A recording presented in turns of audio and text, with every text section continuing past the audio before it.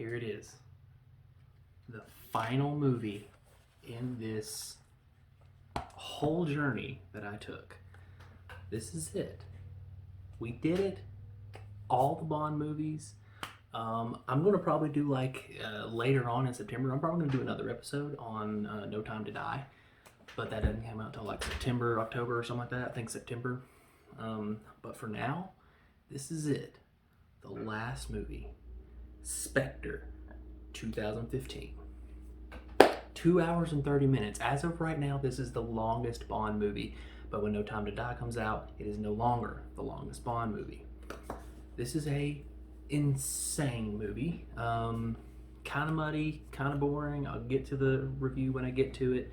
The director, Sam Mendes, is returning again. This is his second time, but he wasn't always going to be the director. At first, he actually declined, and the person who was going to take over was Nicholas Winding. I think his last name is Rifa. He actually directed Drive, the Ryan Gosling movie. Craig Fukunaga was also going to be the director, but he's actually directing No Time to Die. Other people that were in the running were Ang Lee of Hulk, Brokeback Mountain fame, Danny Boyle of Slumdog Millionaire, 28 Days Later, stuff like that. But the big one was Christopher Nolan. And this is, the producers really wanted Christopher Nolan. They're like, we really, really want Christopher Nolan to do this movie. But the issue was Christopher Nolan actually declined. Not because he didn't want to do a Bond film. It's actually the quite opposite. He didn't want to do a Bond film because he felt he could bring nothing new to the table, and actually was quoted as saying, what they're doing right now is perfect. So, yeah, could have been Christopher Nolan. This is Daniel Craig's fourth outing. He is 47 years old in this. He's actually going to be in his 50s in No Time to Die. I think when they made the movie, he was 51 when they made No Time to Die. So, your Bond girls, Dr. Madeline Swan, played by Lee Sudol, which is she's super awesome. Lucia, played by the beautiful Monica Bellucci, and Monica Bellucci. This is the first time we've ever had a Bond girl that is older than Bond himself. Only by 3 years, but Moneypenny is back. Naomi Harris, the sex pot is Stella, played by Stephanie Sigmund. We have Franz Oberhauser as our bad guy, but there's a big secret reveal, and this is going to be a spoilery thing, just like all of my other Bond things. This is spoilery. There's a big secret reveal at the end, played by the amazing Christoph Waltz. So good. Another bad guy here is Max Dubai, or C, as he's going to be known. He's played by Andrew Scott. We have another bad guy in Hinks, played by the awesome Dave Bautista. You know him as Drax the Destroyer in Guardians of the Galaxy. Brand new Aston DB10, Aston Martin baby. And Sam Smith with the Writings on the Wall is our theme. And man, it is a powerful song. All right.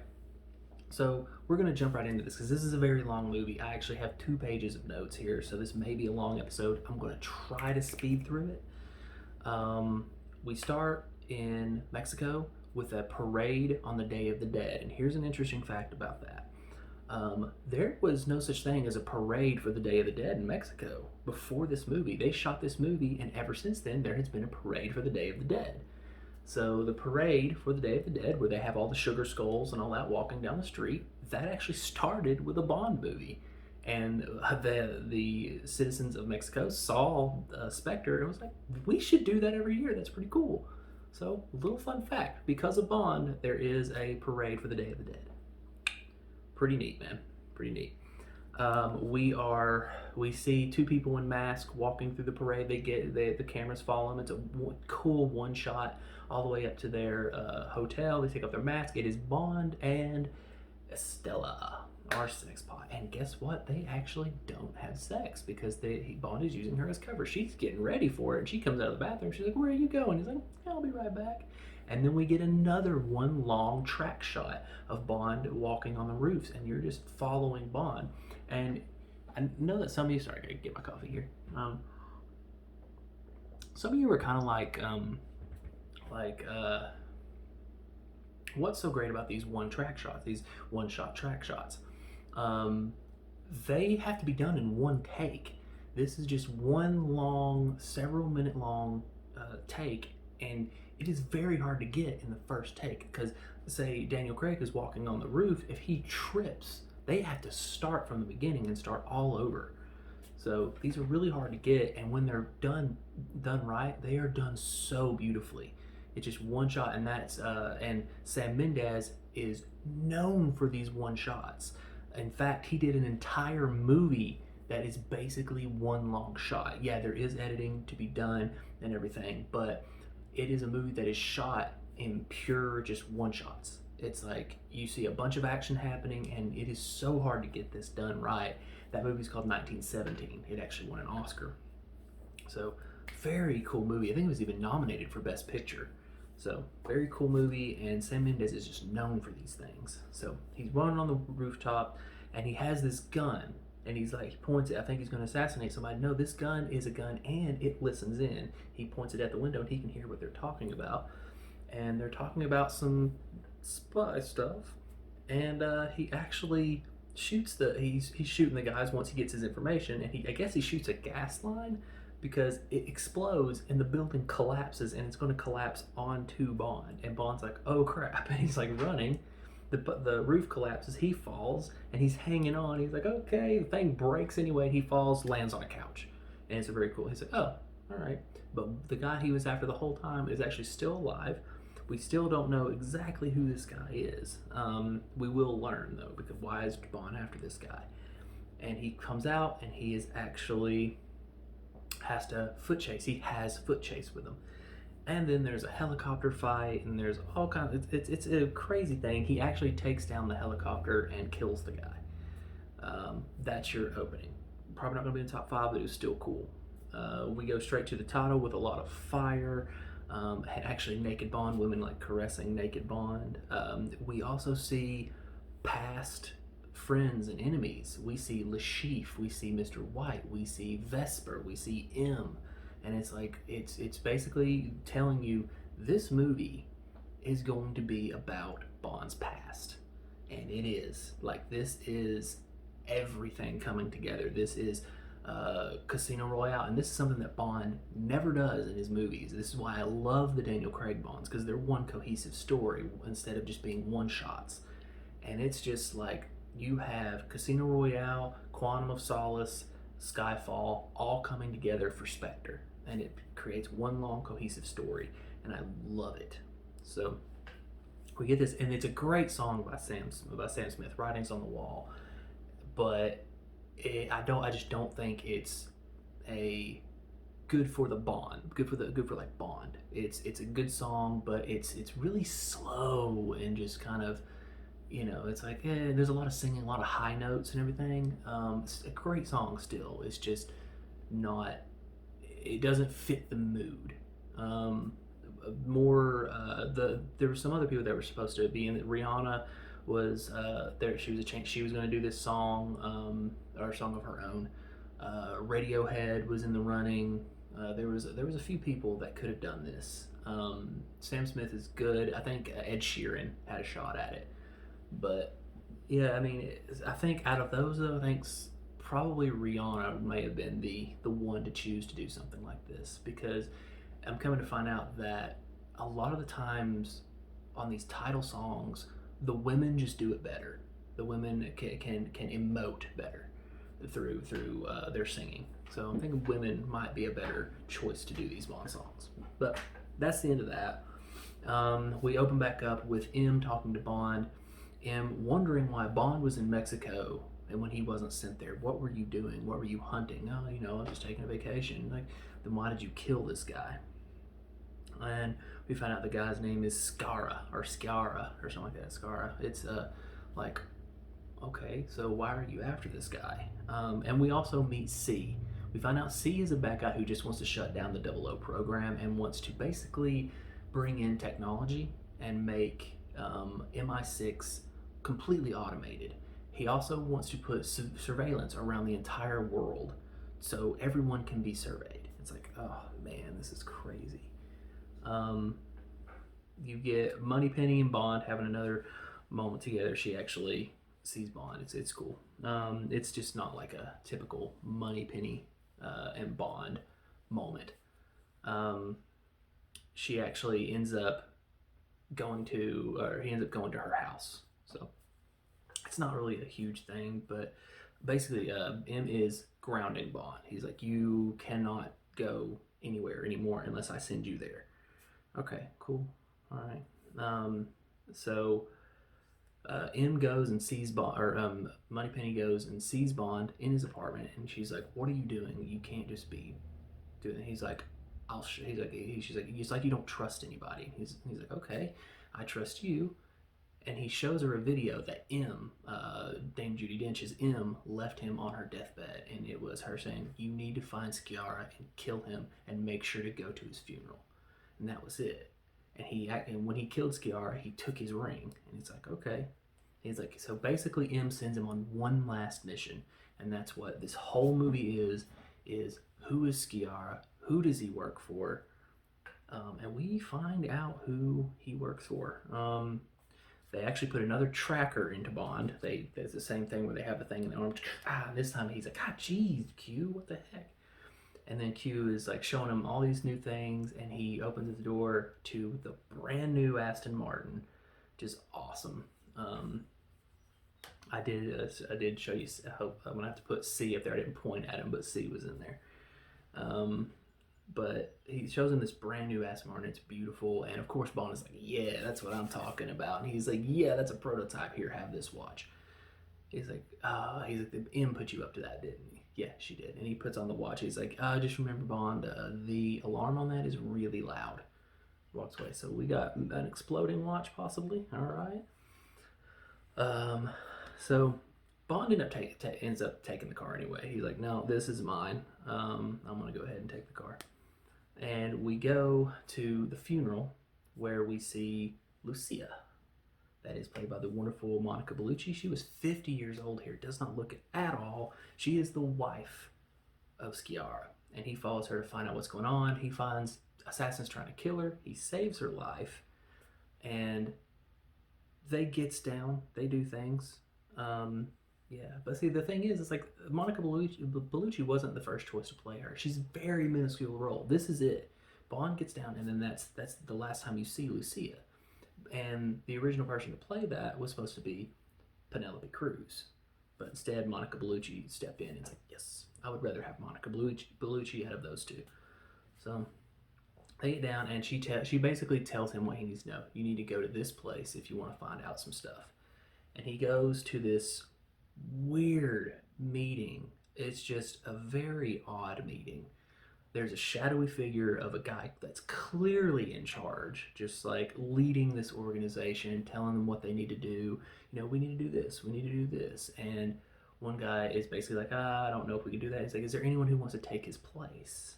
And out steps Hinks, played by Dave Bautista. He's a professional wrestler. He was Drax the Destroyer in Guardians of the Galaxy. Super awesome. I'm actually a big fan of his because he's one of the few professional wrestlers that can actually act. He's not like The Rock is good in what he does, and he has acting ability. He's just not like a wow actor. John Cena is the same way, but Batista, he has like real acting chops, and he's trying to be in roles where he can use these acting chops. Now, the Bond is not one of those. You don't really have to be a great actor to be in a Bond movie. But Batista really tries to be in these movies. And the reason why I mention The Rock is because that guy right there, The Rock, wanted to play Hinks. He wanted to play this role. But they were like, dude, you're too expensive. Because at the time, he was the biggest box office star in the world. And I'm like, no, you're too expensive. And then Batista stepped in and did it, which is awesome. Of course, out of those two, I would rather have Batista. This is going to be a running thing. Out of these people, I would rather have this person, kind of thing.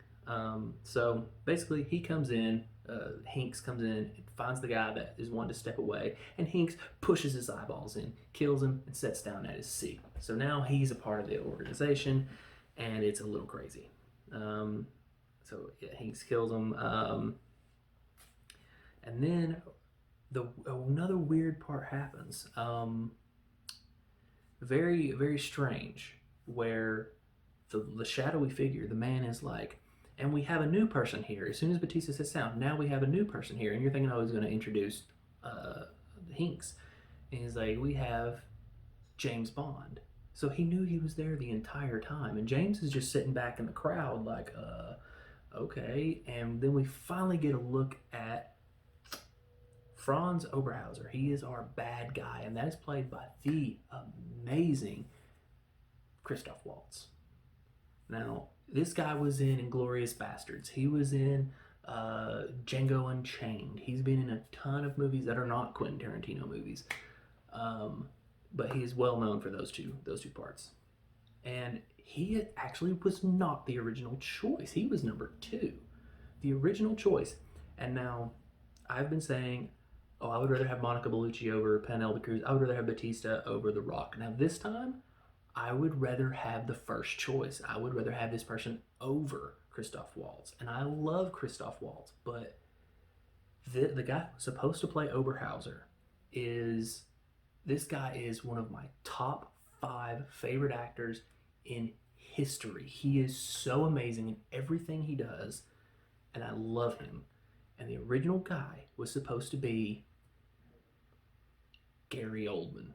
The Gary Oldman. We're talking Sid and Nancy, The Fifth Element, Leon, the Professional, True Romance, freaking, oh man, Harry Potter. He was Sirius Black in Harry Potter. I mean, this dude is amazing in everything he is, and he would have been wonderful in this, and he just would have blown it out of the water. The thing is that he did not want to be separated from his family for 6 weeks. He could not commit to a 6-week shooting schedule. He doesn't do that. You shoot a movie with Gary Oldman, you shorten the time or make it closer to his house, which I completely understand, and he's earned the right to be able to do that. So Gary Oldman, man, I wish he would have been in this, but unfortunately he was not. But good news, we got Christoph Waltz. And Christoph Waltz is also really great in this, but he does say, oh, Bond is here. And so Bond has to book it. Bond running, and we get a car chase with the beautiful Aston Martin and what looks like a Lamborghini. I could never really tell because it was really dark, but Batista's driving, or Hinks is driving. And they're on, it's the quietest car chase. Like, there's no boom, it's just, it's just so quiet. And you're like, all right, this is cool. I actually loved it. And then we see that the Aston Martin has some toys. Number one, it says rear guns, and he flicks it open. The guns pop out, and it says guns not loaded because it's a prototype. So he's like, you gotta be kidding me. So he keeps driving, and he tries the other ones, doesn't work. Finally, he gets to one that just says flamethrower or whatever, and he flicks it, and the flamethrower actually works.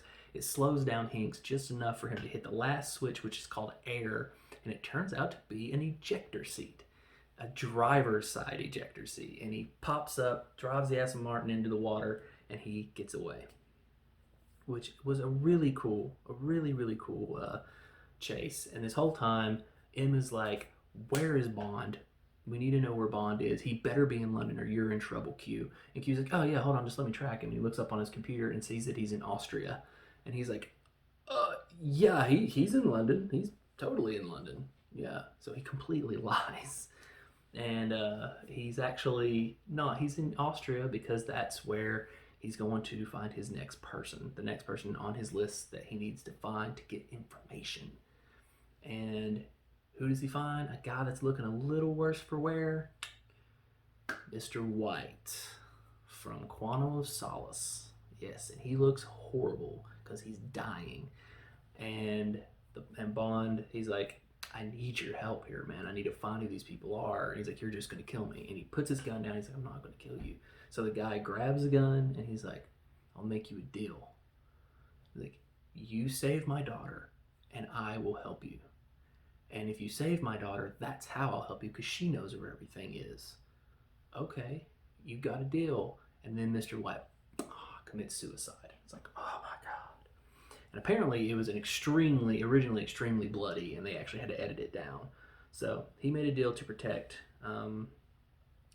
his daughter. Then we find out that indeed the 007 program is being shut down. CIA shut it down, and they're like, well, we got to get through this. We got to find a way to, we got to find Bond and let him know. And then we also find out that Batista is hunting Bond, or Hinks. It's hard not to call him Batista. Hinks is hunting Bond. So we got something else going on, a little intrigue. Bond does find Dr. Swan. He makes an appointment with her. She's a psychologist, and he's trying to they could have a little bit of a back and forth of what your parents like, blah, blah, blah. He's dodging those questions. And she's like, look, I'm going to be honest. Your dad sent me here. And she's like, oh, so he's dead. And you're like, yeah, he committed suicide. No, okay. And he's like, I have a deal with him to protect you. And she's like, yeah, bye. And she calls security on him. He's being escorted out, but she's being taken by Hinks. The bad guys are taking her. He's like, oh no. So they're driving away, and Bond runs to a plane, and he plays plane chicken with them. They're driving to him, and he actually takes them out. It's actually really cool. He ends up and during this time, whenever he is actually trying to take out and trying to save the doctor, this whole time Q is being chased by somebody, because Bond gave Q the ring. So he's like, okay. So the guys are coming after him. This whole time, this ring, the biggest thing is it has a logo of an octopus on it. I'm like, what is going on? And even Q is like, it's probably nothing. But it's not so bad. So yeah, everyone and once Q and Bond get back together, because Q finally escapes, Bond escapes with the doctor. They're all meeting in this one place, and Q is like, look, you were right. There's something going on. And then he shows the octopus. He's like, yeah, it's a organization. And Dr. Swanbrook's in, yeah, it's Spectre. What? She knows? He's like, yeah, it's Spectre. And then he turns out that all the tentacles of the octopus are people that are working with Franz Oberhauser, and they're all people that Bond has dealt with. The assassin that tried to kill him in Quantum of Solace is in there. Mr. White's in there. Lashif's in there. They're all part of it. They're all part of this organization. It's like, okay, all the baddies are working together. It's not a good thing.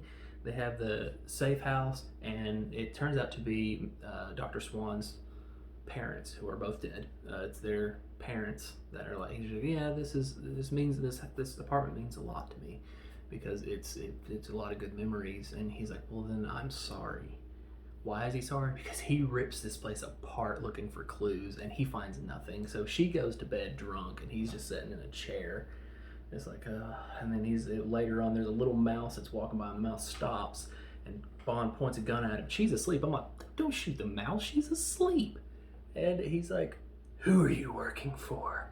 And the mouse runs into the wall, and he's like, wait a second. He gets up and he checks the wall, and it's a false wall. So he punches through the wall. She wakes up, and he finds it's a headquarters. Her mom and dad were working for Spectre, and he found the Spectre headquarters, and he even finds a Vesper Lind interrogation tape where he's just like looking at it like, what is going on? And he finds everything he needs. He finds coordinates to where he believes he needs to go, and he goes to said coordinates.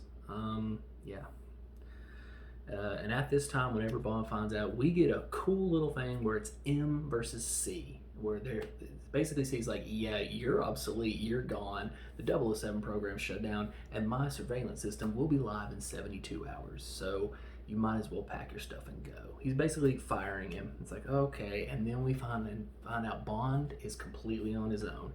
He has no M, he has no Q, he has nothing. He is on his own, just in time for him to get on a train, and Hinks tries to kill him, and they has fights, and it's a brawl. I mean, Bond is trying his best, but Hinks is, it's Batista, and he's taking him out, throwing him through walls. He finally gets the finally gets the upper hand, sort of. Actually, Batista has or Hinks has the upper hand, and Bond wraps a rope around his neck and throws a keg out of the train, and all the other kegs are going. He hooks the rope to the keg. Batista gets dragged out, and Hinks speaks his only word in the whole movie when he looks at the keg going out, and he just says, "Shit," out the window. Very cool little moment. I loved it. And they survive. Swan and Bond are just like, oh, and she's like, well, what do we do now? And they gets down. They go straight back to the room and start going at it. I guess adrenaline does this to people. I don't know, but this is it happens. And I like Dr. Swan. She's really cool. She has a cool moment right before the train, whenever Bond is like, look, or actually on the train, where he's like, look, I'm going to teach you how to use this gun. She's like, I hate guns. He's like, puts in front of her, look, I'm going to teach you how to use this gun, because I have to protect you, and by doing that, I'm gonna teach you how to protect yourself. She's like, I hate guns. He's like, look, all you do is you pick it up and you pull the trigger. That's all you do. And she picks it up, takes everything out, pops the thing out, and she knows what she's doing. He's like, I don't have to teach you a thing, do I? She's like, no. And he says, well, we'll skip hand to hand. And she just laughs. So she's someone who knows how to take care of herself. Very cool. She actually tells a story of her, of someone breaking into her dad's house, and there was a gun under the sink next to the bleach, and that's why she hates guns. She doesn't say she killed somebody, but I mean, it's definitely hinted at. So we do go. I mean, we're going to, where's this train going? Basically, we are going to the coordinates he found, and it leads right to Franz Oberhauer's headquarters. And you think, oh, he's going to sneak in, it'll be fun. As soon as he pulls up, they're like, Mr. Bond, how's it going? I would like, Mr. Oberhauer would like for you to have a tour. He knew he was coming, and they like, give me your gun. They take his gun. It's like, okay, well, geez. They go to their rooms, and their rooms have these personal pictures. It's like Mr. White and Dr. Swan as a child, sitting there. It's like, oh man. And then you see, there's a picture that Bond is looking at the beginning of Bond and his dad, because they find all the special effects they find all the personal effects from Skyfall, the mansion that burned. And he finds one picture of Bond and his dad, but it's not his dad, because his dad died when he was younger, and this was a kind of an older Bond. You have the picture of the dude and Bond learning how to ski, and half the picture is burnt. Well, you get the whole picture in the Bond's room. You see it. It's right there. Okay, what's going on? And the other person in the picture is Franz Oberhauer. Like, whoa. Okay, cool. So dun dun dun. Yeah. Franz is given this tour to Bond, and he's basically explaining everything. And Bond is basically being a smart aleck, just like, okay, whatever, and he's talking about how he's going to have this surveillance system, so he's the one who's running the whole thing. C is working with Franz, and then Bond is being smart, and finally Franz is like, look, why are you even here? And he's like, I'm here to kill you. And Franz says, I thought you were here to die. You're like, whoa, okay. And he then starts probably the greatest bad guy monologue in Bond history. Like, it is so creepy. It's long, it's drawn out, but it's not boring, and it's just suspenseful. And I mean, I don't know. I think Gary Oldman could have delivered it, but no one but Gary Oldman and Christoph Waltz could deliver this the way it's delivered. And he has one quote that I wrote down that is great. I mean, before the quote, he's like, "Did you think that all this was coincidence?" He's like, "You killed me." He's like, "You killed one of my guys, so I killed one of yours. You killed Lashif." So, and he really didn't. Mr. White did. He's like, you interfered with my plans. You interfered with Lashif, so I killed one of your women. It's like, talk about Vesper Lind. And so basically he's saying that all these movies, all this thing, M dying, all this crashing down on Bond, and he says, it was me. I was the author of all your pain. And you're like, geez, so he is a horrifying human being. And I love it. I'm gonna go ahead and spoil it. He's definitely the number one villain. Blofeld is the number one villain, but this guy is up there. And I'm the author of all your pain. And then he ties Bond to a chair, and he's going to drill his into just different parts of his face to cause face blindness, where he can't recognize anybody. And he gives he's talking to Dr. Swan. He's like, so when Bond's parents died, my father took him in and taught him everything he knows. And I was supposed to treat him as a little brother because he was my little brother. So we found out that Franz Oberhauer and Bond, they're kind of foster brothers. And then he was like, oh yeah, but my dad died in a skiing accident because I killed him. And Franz Oberhauer died with him. Oh, nice to meet you. I'm Blofeld. He's like, I'm Ernesto Stavro Blofeld. It's like, so this is Blofeld the entire time. You're like, so, oh my God, of course it is, you know? I mean, I've seen the movie before. I knew it was going to happen, but still, it's a great reveal. He's going to try to cause face blindness. It doesn't work, but he has the watch, and he's going to set it off. And he has Dr. Swan over there to kiss him one last time. He's like, go ahead and kiss him one last time, because the next time when he wakes up, he's not going to recognize you.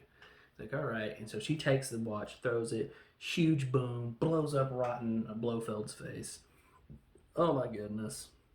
I think the white cat probably survived. And they get out. They're going to escape. They're running out. He's shooting people. He's picking up other guns, shooting people, running out of bullets, picking up another gun, shooting people. I mean, he kills a lot of people. And at the end, he's like, he knows he can't get out, so he's looking. He sees his escape in a helicopter. He's just tactfully taking out dudes, and he turns around and shoots the gas line, blowing a huge ring around. They get to the freaking helicopter, and then big bada boom, the whole freaking headquarters goes up. It is nutty.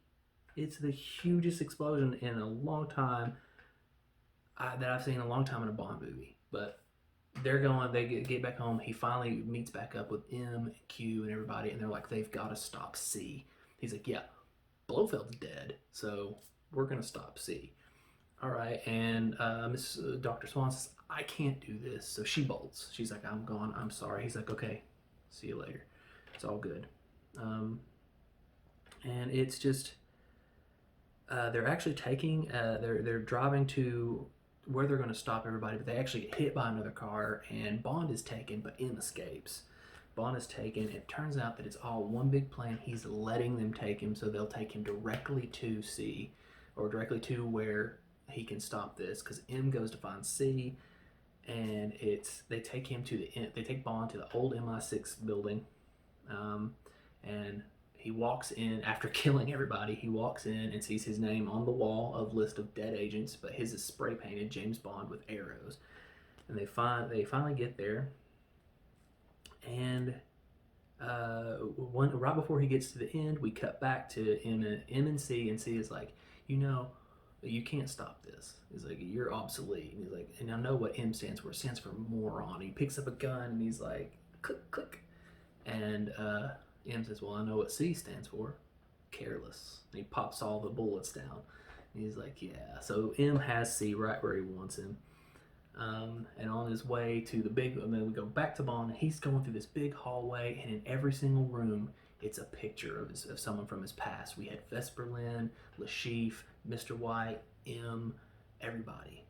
And so he's like having to face all of his past. And he finally turns the corner and sees freaking Blofeld and pops the glass 5 times, and it looks like this. But if you actually look closer at it, it's actually this, which he shoots the glass, and it creates the Spectre logo, which is so cool. I know it's kind of cheesy, but it's really cool. And then Blofeld turns around, and we see what should have been from the beginning, because we all know what Blofeld looks like, but this, yeah, he's got it. He's got the scar, and it should look familiar because Blofeld had the scar. And it's great. So Blofeld's like, hey, you have a choice. I have your girl because you stopped my plan, so I'm gonna kill another one of your people. And you have 3 minutes to find her, or you can just run and save your own life. Die with her, save your own life. Make your choice. And he runs out the door. Cool. But you know what that means? Well, that means Bond's gonna go save his girl, and he runs off. We cut back to M and C, kind of has fights, but C dies. He actually falls off the top of the building. He's dead. Like, okay, well, but Bond goes all through. He finds that he actually ends up looking all around. And the helicopter that Blofeld is in, he's just watching Bond, saying, yeah, he ain't gonna save it. But Bond does find the girl. He gets her out, jumps off the top of the building, lands on a netting that he knew was there.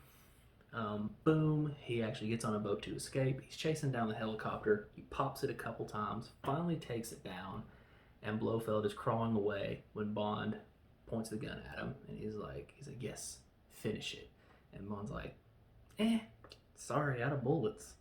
So Blofeld's taken in, and we actually save the day.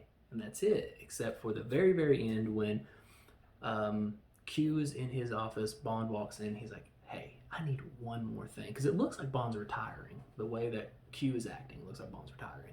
I need one more thing. And they come in and they give Bond the 1964 Aston Martin. He's in there with Dr. Swan. And they ride off into the sunset.